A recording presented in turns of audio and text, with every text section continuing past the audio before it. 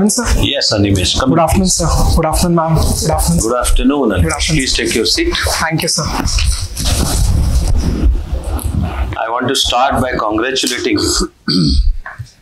May I know why, sir? You have cleared mains right in the first attempt. Thank you, sir. So it is commendable. Thank you so much, sir. And let it be the last attempt. I sincerely hope so, sir. Yeah. Odisha is a beautiful and very peculiar state in India. I agree, sir. Tell us the beauties and peculiarities of the state. So Odisha can boast about its both natural as well as cultural heritage. In terms of cultural heritage, it's not just the popular temples that we have in terms of Puri Temple, Konark, Lingaraj and Mukteshwar Temple in Bhubaneswar and Puri, but also the western and southern pockets include a lot of temples, including Huma Temple, we have Samaleshwari Temple. In natural beauty, we have two national parks, Bhitarkanika and Simlipal. Along with that, 4 Ramsar sites, including Satakosia, Chilika, Tampara Lake and Mahanadi are also some of the natural beauties over there. 19 wildlife sanctuaries also are something that Odisha can be boastful about. The tribal culture significantly is something which Odisha is proud about. So these are some of the things that make Odisha stand out. Rasgulla belongs to Odisha or Bengal? Sir, there are 2 varieties of Rasgulla. I personally have tasted both of them. There's slight variety, differences in West Bengal's and Odisha's Rasgulla. So both can take the ownership of their own varieties of Rasgulla. What has been the recent decision? So both of the Rasgullas have got the geographical indication tag, both West Bengal and Odisha. So both have gotten their due share of recognition. Recently, I also saw Odisha government promoting Oliver Ridley turtles. Yes, sir. What are they? So olive ridley turtles are one vulnerable section of breed of turtles which is designated as vulnerable as per IUCN. So they form their colonies. They come from deep Indian Ocean and far behind and lay their eggs. That mass nesting of eggs is called Aribada. That's found in Gahirmatha Wildlife Sanctuary, which is at the mouth of Mahanadi River. So in huge numbers, this species of turtles come, lay their eggs, cover them, return back, and then after 3-4 months, they come and hatch their eggs. So this provides a beautiful sight to see such a large amount of turtles coming up, and that's a natural beauty. That's a beauty forever, that I would say. Good. But I also thought of one aspect. Yes, sir. In promoting olive ridley turtles, is Odisha underplaying its own tourism potential in cultural heritage? Sir, I think both of these things can go hand in hand. Odisha has been promoting its cultural heritage as well as natural heritage in general, and Aribada and Gahirmatha Wildlife Sanctuary in particular. I don't think Odisha government has been underplaying in portraying its cultural heritage, but in my opinion, for a long time our cultural heritage branding has been limited to Konark, Puri and Bhubaneswar, and the southern and western pockets have been left out. They themselves can boast about a lot of cultural heritages, which is not very popular outside Odisha, I believe. What do you understand by the term classical language? So, classical language is a designation given by government of Odisha by the Ministry of Culture, which tells that these particular languages have very past archaeological evidences, and they have a rich and diverse literature to boast about that, and it has not been derived by any other languages. So it shows about the linguistic prowess of any particular language in India. Does Odia have the classical language status? It has, sir. Who conferred it? So the government of India, after it was prescribed to the government of Odisha, it was designated as... So tell us about the deep antiquity of Odia language. Sure, sir. So Odia in its like in its very historical form, can be seen in various scripts and archaeological evidences. For example, in Hathigumpha inscriptions of Kharavela in Khandagiri and Udayagiri, and also in Buddhist archaeological evidences, for example, in Lalitgiri, Ratnagiri. This can show the archaeological evidence of that.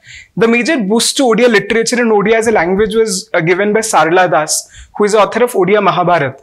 And later on, there were, we call as Pancha Sakhas, 5 renowned writers of Odisha, including Jagannath Das, Balram Das, and others, who provided a lot of impetus to the language. Then, during the national movement, in spirits of using writings and literature as for the mass movement, a lot of leaders, including Madhusudan Das, Gopabandhu Das, Fakir Mohan Senapati, they came into prominence. And now, in popular times, we have Pratibha Rai, Manoj Das, who have gotten Gyanpith Award and a lot of accolades at national and international levels, who are keeping the flag of Odia at a higher position. You seem to have forgotten one important name for Gyanpith in recent times. Sir, I'm not sure, but are we speaking about Devdutt Patnaik? No, come on. We have better things to do. Yes, sir. And he hasn't received Gyanpith, yes, fortunately. Thankfully, fortunately. Yes, sir, I agree. Sir, I can't recall. He was also IAS officer. Hint, Sita. I can't recall right now. He has almost told you the name also. Sita Kant. Sitakant Mahapatra. Yeah. Yes, sir. I gave hints. Yes, sir. Yes, sir. He also has a major share in drafting India's cultural policy. Okay, I'll reread on that, sir. Good, Animesh. All the best. Thank you, sir. Nice to see you, Animesh. Thank you, sir. What is meaning of Animesh? So, Animesh is somebody who does not close his or her eyes completely. So, that means somebody who is very vigilant and attentive. And who is Gudakesh? Sir, I'm not aware of this. All these names come from Mahabharata. Okay. Gudakesh was other name of Arjun. Okay. Okay. Any person in mythology who did not close his eyes? Anyway, find about it. I'm not aware of Nothing to study. You studied at DAV. Yes, sir. Great. Who was Maharshi Dayanand? So, Dayanand Saraswati was a freedom fighter, also a cultural leader who started the DAV movement and Arya Samaj in particular. So, he was born in Maharashtra, and then he started a cultural and national movement in late 1800s. So, then after his death, the DAV school movement was started by Mahatma Hansraj, and it was bifurcated into two school of thoughts. But the one which was led by Mahatma Hansraj became more prominent and started spreading its branches across the country. Have you heard about Satyarth Prakash? It's one of the publications by Dayanand Saraswati ji. What is essence of Satyarth Prakash? So he has been a proponent of truth and non-violence in spirit of Mahatma's ideology. Obviously, Dayanand Saraswati comes into prominence much earlier, but it also talks about the power of truth. No, there's something else. Anyway, we'll discuss it after the interview. Okay, many more things. What is the difference between NIT and IIT? Sir, if you talk about evolution aspects, IITs were given more prominence initially. The amount of funds and the amount of research publication that went on was higher. NIT has its evolution from regional engineering colleges, which were converted into NITs in early 2000s. So I don't see a lot of differences between them. A lot of NITs have come into the higher prominence in terms of research and contribution to the national development as well. But the differences mostly revolves around the funding and the rules and regulations covering them. Okay. You studied computer science. I did. Right. Wonderful. Why Altman was in news? So Altman is the CEO and one of the founding members of OpenAI, which has a lot of AI models, ChatGPT being one of them. So he was fired from his own board And then there was a few rounds of business talks between Microsoft and OpenAI, and now he has returned back to his earlier position at OpenAI. What is supercomputer?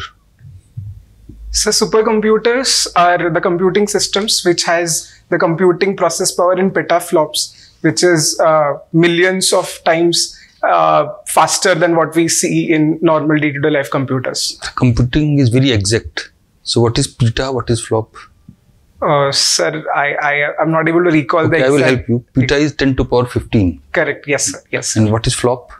So floating point operations, it still relates to the pace at which the normal operations happen in binary systems. Currently, you are in IUC. Yes, sir. What do you do in IUC? So I'm a part of Strategic Information Systems, which forms Project iDrive that runs the digital interventions across the supply chain of IOCL. So what is strength of IUC? IUC is one of the premier oil PSU. Yes, sir. What is the strength? So apart from being a very dominant player in the energy sector, having more than 50% share in terms of its retail outlets or LPG at the downstream side, I think the major power of IOC is how it has been adapting to the various changes, both in terms of economic and technological fronts. There has been a huge shift in renewables, and technology has been empowering our businesses. So I think that's one of the important aspects of IOC. Once I was wondering that what is so great about selling oil. I mean, petrol, everybody needs petrol. You just go to petrol pump. It is out to purchase. Buyers are more than the sellers. Yes, sir. Nothing great skill in marketing. Yes, sir.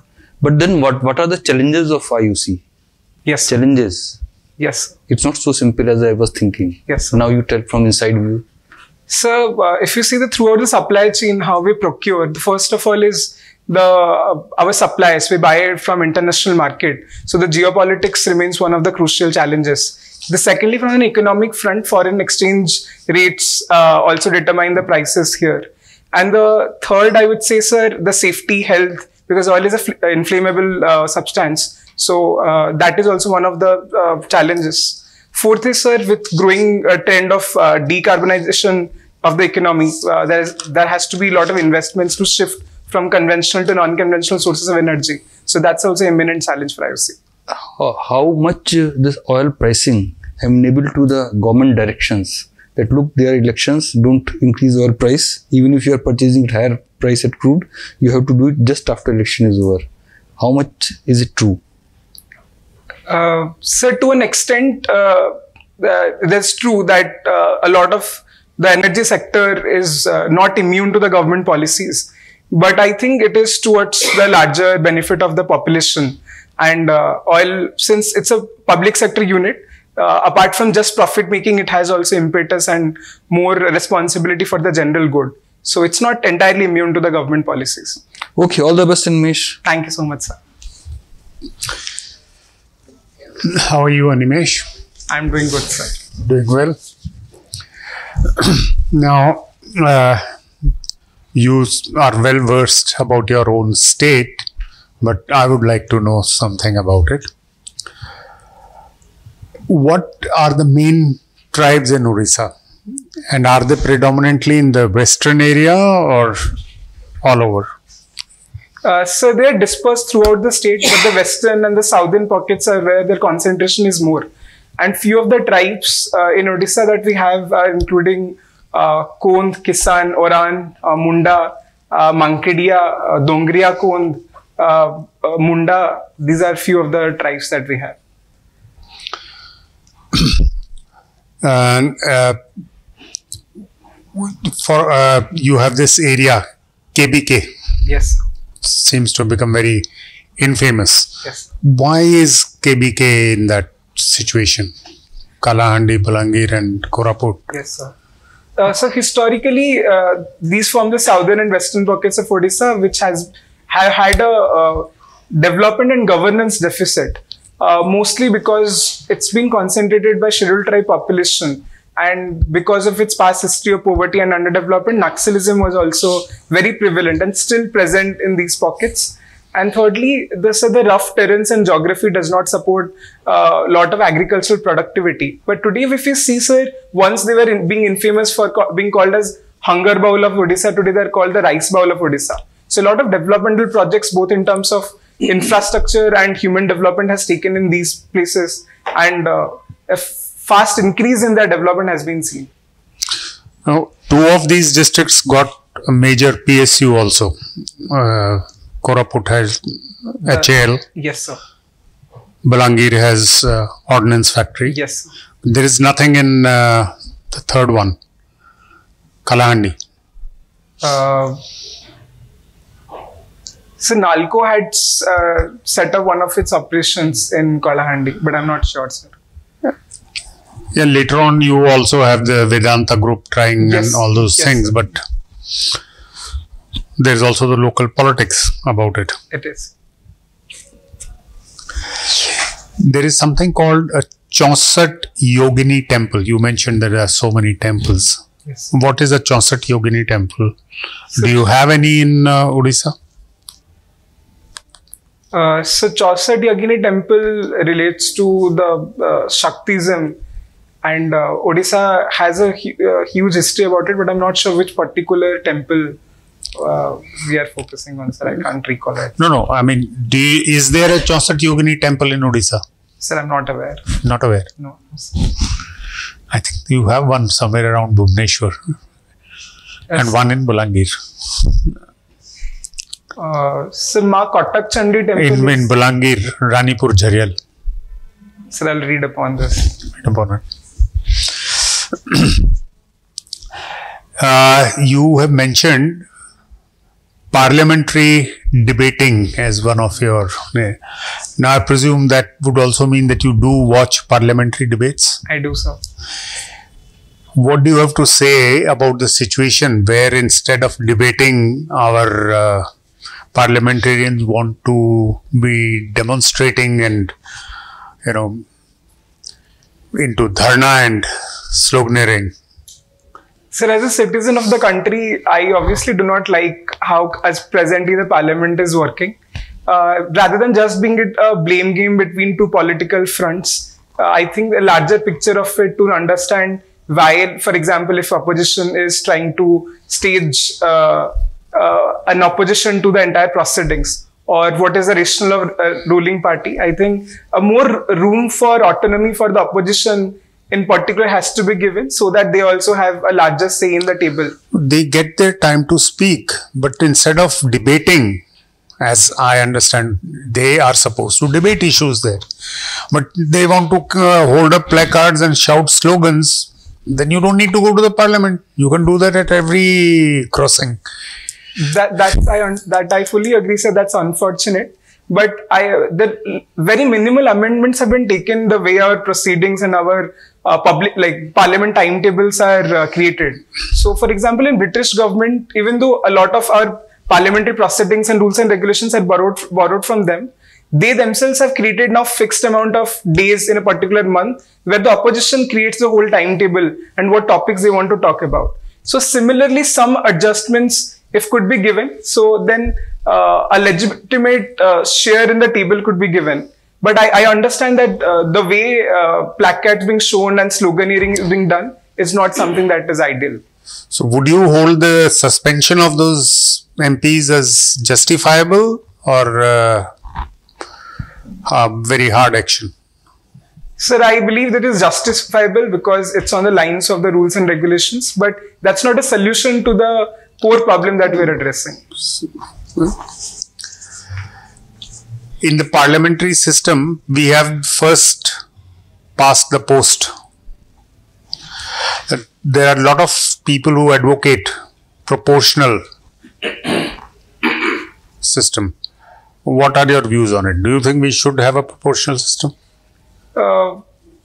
Sir, I agree that the current system that we have is better than the proportional form of democracy because if you see on ground level, the amount of election awareness about people we have is very minimal. And if you change to such a system now, it would further confuse the electoral democracy in our population.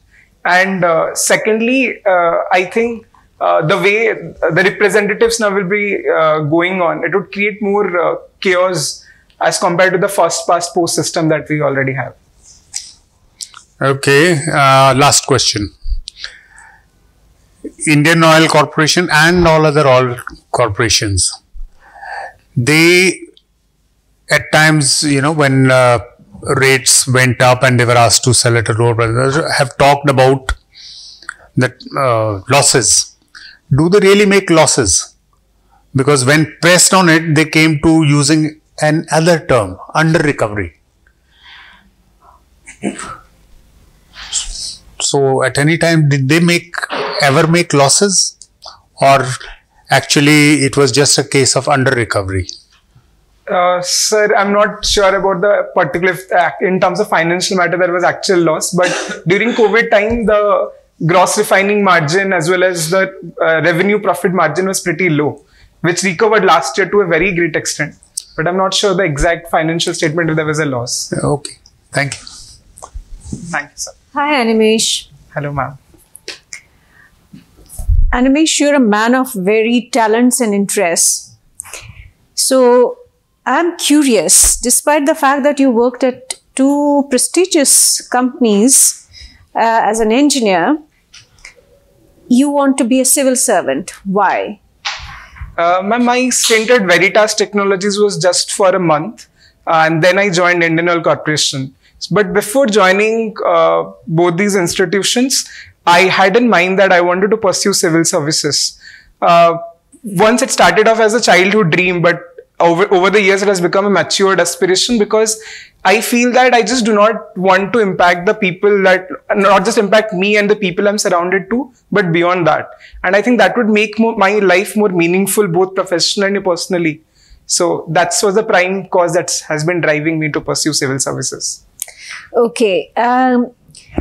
Picking up from where Sir left, there's a view that India should move towards a presidential system. Do you agree with that? I don't agree to the presidential form of government. I think the prime ministerial form of government that we have could have its shortcomings, and those can be filled in. But I don't agree to. What shortcomings do you see in the parliamentary form of democracy? So, in peculiar case of India, where we have an asymmetric federalism, where the center has more powers in terms of status, has been highlighted at various instances. I think more autonomy and room for improvement to the states is something that we can look up to. And a lot of our institutions that we have, they can be given more strength and more tooth, so that impartiality governs us. And thirdly, the separation of powers that we have should be the guiding light. And as we see a lot of times, the tussle between executive, judiciary, as well as the legislature is something that should be minimized. So, would you say that government made a mistake by withdrawing autonomy of Jammu and Kashmir under Article 370? Are you in favor, if you are in favor of greater decentralization and greater power to states, would you say that nullification of Article 370 was wrong? I think, ma'am, the nullification was entirely valid and justified. When I say more power to be given to state, it should not be at the cost of the underdevelopment and the insurgency that we had seen in Jammu and Kashmir for years. And center obviously has to yield larger power for the better national sovereignty, the friendly relations with our neighbors and other players. So in respect to that, abrogation of Article 370 was very justified for both the people of Jammu Kashmir as well as the people of India. So you're basically saying only economic decentralization? Economic and political decentralization, but I'm subscribing to the asymmetrical form of federalism as well. But I think, for example, the GST Council that we have, that's a beautiful manifestation of cooperative federalism. So I'm in favor of a cooperative decentralized federalism, but not to an extent that every state now has a secessionist ideology. So that's what I would subscribe to, ma'am. That's where you draw the line. Yes, ma'am. And are you in favor of granting special status to states? For example, there are some special status provisions for Himachal and hill states. Would you agree with that, or center should have control and power over such decisions? Ma'am, the term that we tell special status is something, the ideology behind is something that is very justified. But because of the various nuances all these states have, for example, the Himalayan states have their own issues, the Northeast belt have their issues as well. But not just giving a one-size-fits-all policy that these states will be special states in general or particular. Scheme-wise approach has to be taken up, and to see if for implementing this scheme, the state would be finding it difficult to implement it, then centers should be proactively more proactive in dispersing the funds. So scheme-wise approaches is more prudent as compared to just giving the status of special status. Okay, what do you understand from sociology of conflicts in a state? Ma'am, in a state, if you're talking about a political state in India, the sociological aspect to it could be first the relative deprivation that a lot of states grow through, which leads to conflict because of structural strains, because some part of communities might not feel that they have well representation both on political and economic fronts. And secondly, a lot of sociologists have pointed out the various degrees of conflict which could come up. For example, in Odisha, the Koshala state is for a powerful autonomy. But in North Nagaland, the Naga movement was about an entire sovereign nation itself. So various degree of conflicts would lead to various levels of demands as well. The third, in terms of the conflicts, we see a feminist approach to that would be in terms of that conflicts, the demands of women do not get fulfilled. So, for example, if you see the Manipur case as well, their women were made as the victims of the crimes, and to show that if we could have a power over the women of other community, then we have won the war. So, in terms of all the state conflicts as well, the vulnerable section, including scheduled tribes, women, and differently abled population, have been at the receiving end of larger deprivations, I would say. Do you think Naxal movement was justified, given the fact, you said deprivation, wherever we've seen communities who were deprived from accessing fundamental rights or basic resources led to violent movements. So do you think Naxal movement was justified? Ma'am, in my opinion, Naxalism was an illegitimate child of a legitimate claim. So the Naxalism as a movement was not justified, but the core problems that revolved around Naxalism and the reason that propelled it, it's something that is of national as well as regional importance. Thank you, Animesh. All the best. Thank you, ma'am. Hello, Animesh. Hello, sir. Nice one, the last one. Thank you, sir. What is media advocacy? So, media advocacy refers to advocate for a cause, growing awareness and sensitization using media as a medium. In the current context, don't you think media is being used more for, purposes to manipulate rather than to inform? I agree, sir. There has been cases, and as well as Supreme Court has also at times provided verbally have warned the media houses as well. We have seen a lot of media trials, fake news that has come up. And I think a lot more institutional support has to be there so that media remains the fourth pillar of democracy. But malintent translates into something called yellow journalism. What does that term mean? Sir, I'm not aware about yellow journalism. The fruit of the freedom movement was in independence. We have an Independence Day. Why do we have to celebrate Republic Day as loudly as we do the Independence Day? So Republic Day is the one when the constitution of our country was enacted and adopted and came into force, to be particular. So we have to celebrate it with full force as in similar lines to Independence Day, because constitution guides our day-to-day life activities, not just as a part of like the judicial proceedings, but also how we live, what should our ideals be. So I think people should be more sensitized about the constitutional ideals. Okay. Now, there was this Balasore accident, and you're a computer engineer. Yes. And one of the issues which came up as the causative factor for that is the non-functioning of something called kavach. Yes, sir. What is that kavach? So, And what exactly do you think happened?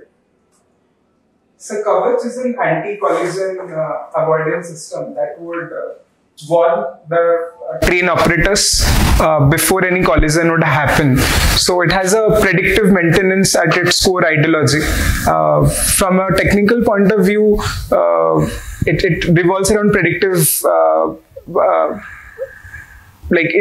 includes an algorithm that tells you in advance if there would be a collision or not.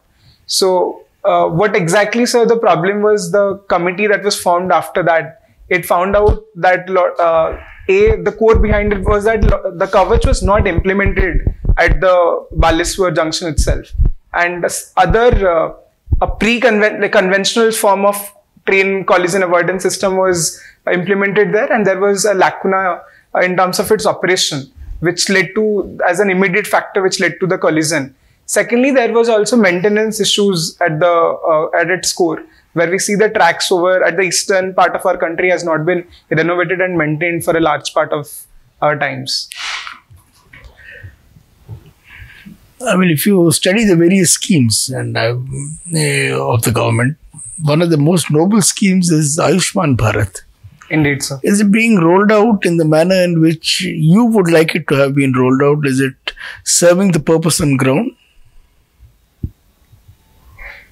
Sir, Ayushman Bharat has been very successful, and I think its operationalization has been a great success to an extent, because it has been providing health security to a lot of underprivileged section. And apart from that, since private hospitals have been empaneled into the list, so the quality of treatment has also improved that we give to the beneficiaries. There are two parts to Ayushman Bharat. One is the wellness centers. Yes, sir. Have those, especially in a state like Orissa, have those been coming up in the manner in which the public would be satisfied?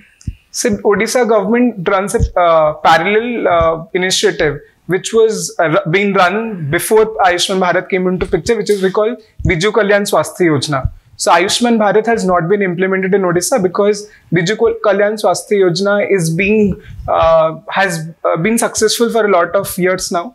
So that's a point of political conflict as well. But the Biju Kalyan Swasthya Yojana has been very successful too. Has the time for driverless cars come in India?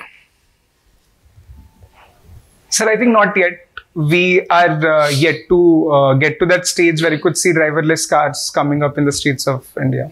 See, in the context of vehicles, they say that copper is the new lithium. Yes, sir. Why is that being said?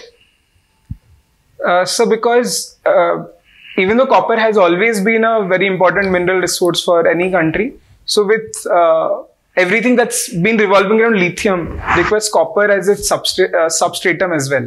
So the relative importance of copper has risen from just mere wiring to building of these important renewable systems or important EVs. So the copper components are also becoming important. You answered, ma'am, on the fairness or otherwise of parliamentarians being suspended. Yes, sir. But do you think the ethics committee was unfair to Mahua Maitra? Sir, I don't think ethics committee was unfair to Miss Mahua Moitra. I think the ethics committee in its full jurisdiction played out the role in suspending the said parliamentarian. Thank you. Thank you, sir. You remember Tashkent Treaty? Yes, sir. What is it? So Tashkent Treaty was initiated by Lal Bahadur Shastri ji during Indo-China War for Indo-Pakistan War. So during I'll read upon it, sir. I can't recall now. And why am I asking this question to you? Sir, I can't understand, sir. What was the date it was signed? Sir, I'm not aware. 10th of January. Okay, sir. Any chance you remember the year it was signed? Sir, I'll have to read upon it, sir. Okay. Have you heard the term called ghost in the machine? No, sir, I haven't. Okay. My mind is drawn to your Gmail address, Kanha123. So, What does it stand for? so Kanha is my nickname. Ah, beautiful. And this was an email that I had made years back. I should have made it more professional, I agree. But it's No. Yes, sir. Actually, the child should always be lively. No need to be apologetic about it. I agree, sir. Yeah. And lastly, I am drawn also to your cadre preference. Yes, sir. Odisha is the first one. Yes, sir. But next to Odisha, you are straight away choosing to go to Rajasthan.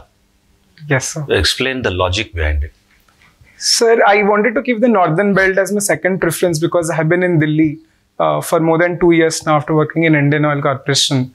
And I have visited Rajasthan myself as well. I have loved this place too. And since I did not have a lot of, I was very new to the carded choices, I consulted few of the seniors. And basing on a lot of conversations I had and with some personal preferences, Rajasthan was my second choice. Good, Animesh. Thank you. Thank you so much, sir. All the best. Thank you, sir. Thank you. Thank you, sir. Thank you, ma'am. Thank you, sir. Good, Animesh. You are already excellent. And we are very happy about it. Thank you, sir. All full of genuine energy. Thank you, sir. Throughout, a very enthusiastic demeanor. Let that all continue. So for 10th of January, we now look forward to you traveling from excellence to now outstanding. Yes. That is, as I always like to say, our job on 10th of January is not to come out with our best. It is to come out with better than our best. Indeed, sir. So we are happy. You're already excellent. I'm just going to say a few points, not because there is anything lacking today, but only to just draw your attention to those points and some tweaking, some fine tuning just to be done. Yes. One is, I'm sure on the day of interview, you intend to be clean shaven. Yes, sir. Yes, sir. Yeah. Secondly, wherever required, you are gesticulating properly. But while you are sitting with your hands on your knees, that was a bit stiff. Okay. It looked, and that too with fingers spread like this. So sit in a more relaxed way. Right, sir. And also talk in a more relaxed way. Okay. It's not like you're holding on to your knees. I agree, sir. It is. Some, not all. Some answers were slightly longish. Yes. While all of them were pertinent, all of them were precise, I still think if you could sharpen some of the answers. To share this feedback, I noted only one. That is, initially when you are asked about Odisha, you went on like it was properly anticipated and therefore by-hearted. Okay. That a question on Odisha is going to come up. The moment anyone on the panel asks me about Odisha, this is what I am going to recite. Okay. Later on, even I felt that no, it's only about your style of speaking. Okay. So it's not like you have by-hearted. But the enthusiasm, even the pace, I'm going to suggest you to speak like this only. I wonder whether some panel somewhere may give you a feedback that you are talking fast. Try to slow down. So in anticipation of that, I'm already saying, our suggestion is don't do that. Yes. Right now you are natural, that's more important. That naturalness brings out the energy. Continue with that. But just when you watch the video, pay attention to this point, how some of the answers could be shortened or sharpened without losing the content. All your content was excellent. So on no answer, it looked like you are slightly off the mark or something. Since you have had your education at DAV, do study Maharshi Dayananda. There is one more reason why Maharshi Dayananda may come up for discussion, especially this year. So 200 years of his birth anniversary. Yeah. So all the more reason why he would come Yes. up. And if throughout your interview, there was one wrong answer, objectively wrong, that was on Satyartha Prakash. And that you bluffed, hoping that no one sitting here knows what is Satyartha Prakash. So you are talking all truth and non-violence, etc. Mixing big time between Swami Dayananda and Gandhiji. Satyartha Prakash, you also, actually the phrase you used is, it is one of the publications by Maharshi Dayananda. So, It's not one of the, okay. it is the most important, in which he is writing comparative examination of all religions and philosophies. And while doing so, explaining the greatness of Vedas. So his call was back to Vedas. Yes. So about this one. And then there is a lot that can come up. Arya Samaj has a great contribution to freedom struggle. Yes, sir. Arya Samaj itself is a great social reform movement. It was against casteism. It was all for equality of women in society. Therefore, spread of education. And everyone from like Bhagat Singh Yes, sir. to Lala Lajpat Rai to even Shahu Maharaj in Maharashtra. So the impact is well spread. Yes, sir. So that can come up for discussion. And with more the thorough- panel may be follower of Arya Samaj. He will like to ask more and more. So read about Arya Samaj. Yes, sir. I'll be more thorough about it. Dayanandji, etc. And truth, non-violence, etc. is another thing. If you had noticed carefully my name, you would have been more careful.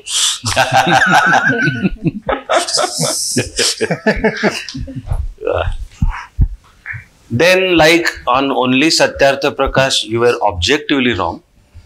Another point, which is to say the least, actually is debatable.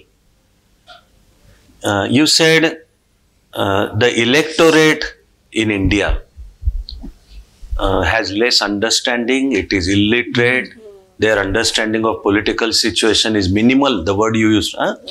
All wrong, Animesh. In fact, the so-called common people are more intelligent than most of the political analysts. In fact, you tell me whether you differ with me, that common man has understood the value of vote and knows how to exercise it intelligently. Agreed, sir. It's probably the educated middle class. The electorate's understanding of politics is not minimal at all. They are very intelligent. They know how things happen. Right. The discussion was about devolution of powers to the states, and that was outstanding already. I'm bringing it to your notice. So when you watch this, and may the interview on 10th be all like that. So it shows your grasp. You came out with very correct example of GST Council, like that. May it continue. Then on the background of rest of your everything, knowledge and understanding, it's a bit surprising how you don't know the term yellow journalism. He's new generation. They're not He from wouldn't the know print. yellow journalism. Yellow journalism was previous generation. Yeah. I'll read, sir, about it.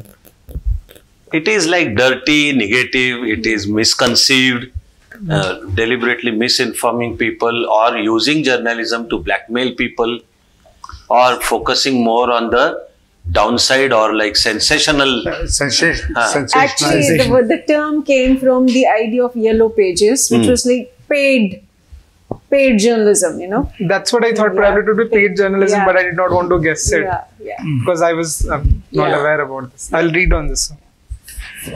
Then do expect questions on Raurkela. Yes, sir. That is where you had your education. Yes. So questions on, therefore it may lead to the steel industry. Yes. And overall productivity, current situation, etc. 10th of January 1966 is the day Tashkent Treaty was signed. So your interview being on 10th, it may come up. One can never be sure.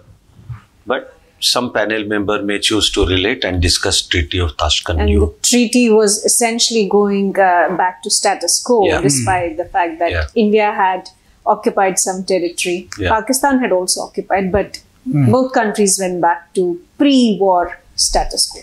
Correct. Yes, ma'am. And within that, the most important being Hajipir. Yeah, The Hajipir Pass we had captured. Correct. But that we sort of were required to return. Baki, like I already said, Animesh, excellent already. If the interview goes this way, I am putting it to like 196, 197 already. But then, so if it is 31st of December, 197, 10th of January should be 210 or among the best of the scores. I'll try my best. Yeah. You know the best of the scores now, recently? So it's more than 210s. Between 215 to 220. Yes, sir.